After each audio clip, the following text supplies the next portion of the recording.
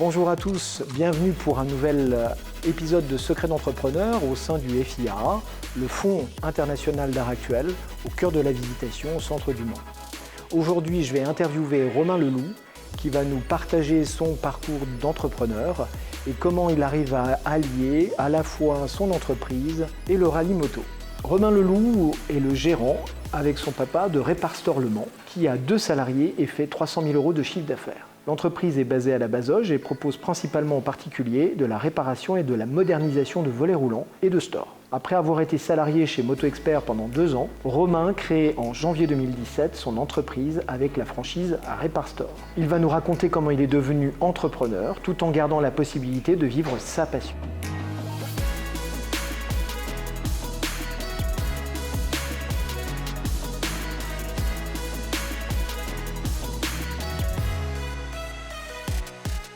Bonjour Romain, merci d'être venu partager ton expérience d'entrepreneur.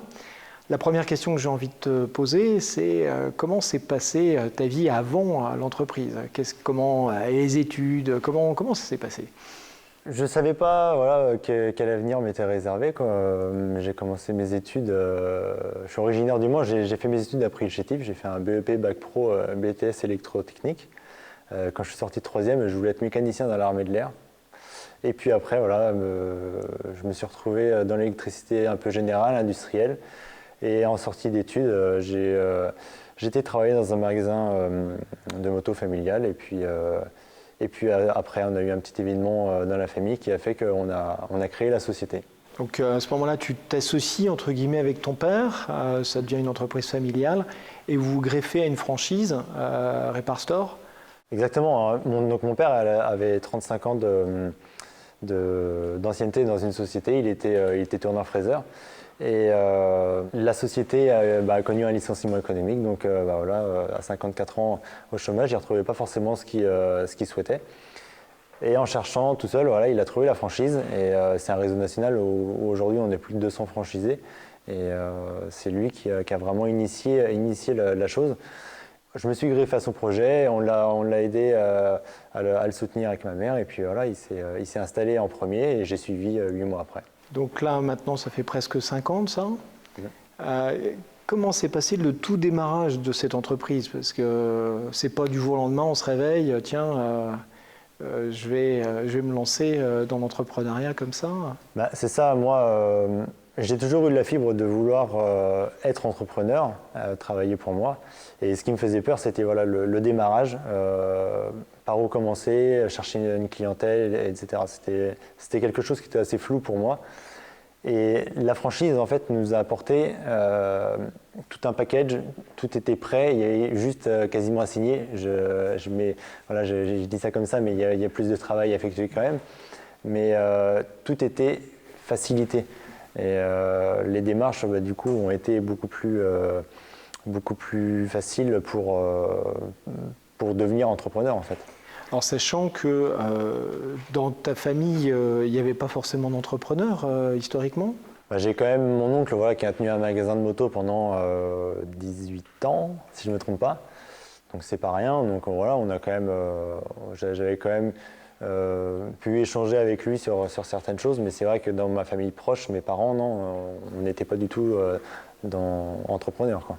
Qu'est-ce qui s'est passé? Parce que là, que ce soit ton père ou toi-même, vous allez voir les banques. Comment tu lances la chose? Alors, la franchise nous a présenté un prévisionnel avec lequel on a pu se présenter aux banques. Et c'est la franchise qui nous a orientés vers des organismes de soutien, notamment Initiative Start qui nous permet de nous aider au lancement et de nous entourer aussi. Vous avez été parrainé à l'époque du démarrage. Voilà, on a été parrainé, on a été conseillé sur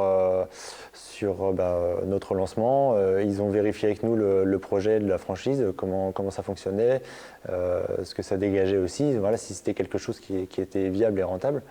Et donc ça, c'est un soutien que la franchise nous a apporté, nous a conseillé d'aller voir cet organisme. Et via Initiative Start, ça nous a permis de se lancer aussi sereinement. Et après, on s'est orienté aussi auprès de nos banques personnelles pour lancer le projet, quoi. Tu démarres, donc maintenant il y a presque 5 ans, ton papa va bientôt être à la retraite, donc là tu vas voler entre guillemets de tes propres ailes vraiment seul. Quelles sont les compétences que tu as déployées dans cette aventure? Bon, au début, alors il faut savoir que nous, en fait, notre secteur d'activité, il est divisé en deux. Mon père s'occupe plus du secteur nord et moi le secteur sud, donc on est assez indépendants dans nos interventions. On a assez appris de nous-mêmes, mais les compétences que j'ai développées, voilà, c'était l'aspect commercial, parce que me retrouver seul face à un client, rentrer chez eux pour une intervention d'1 heure, voilà, c'est pas toujours évident à recevoir quand on est client. Faire des devis? Voilà, tout à fait, faire des devis, de la facturation, comprendre comment fonctionne une société, ce qui en découle au bout d'1 an. Donc voilà, il y a eu beaucoup de choses à apprendre dessus, même techniquement, hein, parce que c'est un métier que j'ai appris et que mon père a appris aussi. Qui n'a rien à voir avec la mécanique moto. Complètement, oui. Après, voilà, c'était une bonne logique. Et puis, voilà, on a quand même eu une formation de base chez Reparstore hein, de 6 semaines. Et on a toujours un soutien technique avec eux. Mais j'ai mis voilà, une bonne année, 1 an et demi à maîtriser mon métier. Donc pendant 1 an et demi, voilà, c'était aussi du stress, savoir comment gérer les chantiers, ce qu'on allait pouvoir faire, etc.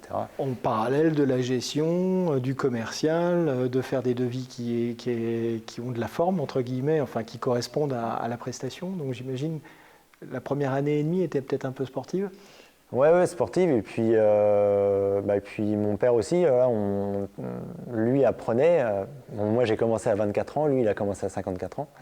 On fait des devis sur les tablettes. Toutes les notions de devis, facturation, on n'assimile pas au même rythme. Et donc voilà, on a fait ça tous les deux et on a appris de nous-mêmes. Et ça s'est super bien fait. Et aujourd'hui, voilà, il part bientôt en retraite, mérité. Il est temps aujourd'hui de me soutenir, enfin de m'appuyer sur mes collaborateurs, dont un qui nous a rejoint au mois d'octobre 2020 et un nouveau qui nous rejoint début juillet. Donc là, c'est savoir aussi recruter, manager, ça c'est quelque chose que tu es en train de découvrir. C'est ça, quand je me suis installé, il y a un peu plus de 4 ans, je m'étais dit non, je ne prendrai pas de collaborateurs, je resterai tout seul. Sauf que effectivement, quand mon père est parti, il fallait que je trouve quelqu'un. Et l'activité voilà, fait que on a de la demande, donc dire non à un client, c'est un peu compliqué. Ouais. Donc voilà, j'ai remis mes idées en poche et puis je me suis mis un peu au travail du côté du management. On a embauché, on s'est renseigné savoir comment ça se passait, comment ça se présentait. Aujourd'hui, on est une équipe de 4 en comptant mon père et moi-même. Donc j'espère que ça se passera bien pour les années à venir. Alors justement, comment tu vois l'avenir? C'est quoi les challenges, les tiens et ceux de l'entreprise? Reparstore a beaucoup de projets pour nous, puisqu'on est rattaché au groupe Somfy, qui est assez reconnu. Donc on aura de nouvelles activités dans les années à venir, mais moi mon ambition c'est pas de devenir une grosse entreprise. Je préfère rester à taille humaine, avoir 3-4 collaborateurs si besoin, mais pas plus parce que je veux garder cet aspect que j'ai aujourd'hui avec mes clients, l'interaction que j'ai avec eux. Toujours d'intervenir, de faire des interventions techniques parce que moi au final c'est ce qui me plaît aussi. Donc mon ambition à long terme c'est d'asseoir l'activité sur une équipe avec qui on s'entend bien et soudée.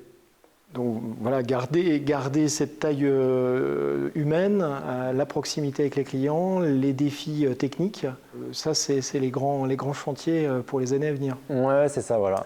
Et donc la particularité en plus dans ta situation d'entrepreneur, c'est que tu aimes la moto et en particulier les rallyes moto. Donc comment tu arrives à allier cette passion?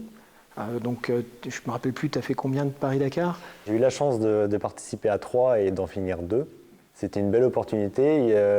Quand j'ai commencé l'aventure chez Reparstore, je lançais en même temps mon projet pour le Dakar. Donc, la première année était compliquée compliqué sans l'être. Il fallait avoir les deux en même temps, quoi. De pallier les deux, voilà. Là, c'était vraiment sport. Mais voilà, ça s'est fait et aujourd'hui je ne regrette rien. J'ai créé ma société tout en participant à une des épreuves la plus dure au monde et bah, voilà, c'est super. Quel lien tu ferais? Enfin, qu'est-ce que t'apporte? Alors, tu as ta passion, donc c'est se challenger, c'est le sport mécanique, c'est les directions, enfin, j'imagine. Mais s'il y avait un lien entre ce que tu déploies comme compétences dans ce rallye spécifique qu'est le rallye Dakar, Paris-Dakar, et ce que tu fais dans ton entreprise, s'il y avait un lien entre les deux? Je dirais que c'est la prise de recul qui est assez important quand on est entrepreneur, mais aussi sportif, parce que quand on a des moments de faiblesse, voilà, il faut savoir se projeter, prendre du recul par rapport à notre situation et repartir de plus belle. Et puis voilà, c'est le sang-froid. Dans le monde de l'entreprise comme dans la vie de tous les jours, on peut avoir des événements qui sont négatifs et il faut savoir les gérer avec Recul et sang-froid. Voilà, recul et sang-froid. Donc là, j'ai compris que tu allais savoir si tu allais participer au prochain, ça se rapproche. Ça se trouve où? Comment tu vois les choses? Le Dakar, aujourd'hui, il se déroule en Arabie Saoudite. Je pourrais faire un championnat de France ou choses comme ça pour faire de la moto, me faire plaisir, mais ça ne correspond pas forcément avec mon emploi du temps. Aujourd'hui, entrepreneur, c'est prenant. Et le Dakar, c'est 3 semaines, donc c'est un petit peu mes vacances de début d'année. J'arrive à me mettre en dehors du travail pendant 3 ou 4 semaines. Sachant que c'est la période où j'imagine tu n'as pas le plus d'interventions. On n'a pas le plus d'interventions, mais voilà, on a toujours de la demande. Maintenant, voilà, ça s'est toujours bien géré. Il n'y a pas de raison que ça se passe mal. Merci. Avant de se quitter, quels seraient les conseils que tu souhaiterais donner, Romain, à ceux ou celles qui souhaiteraient se lancer dans l'aventure entrepreneuriale? Moi, je pars d'un principe, c'est une devise un peu que j'ai, c'est qu'il faut croire en ses rêves.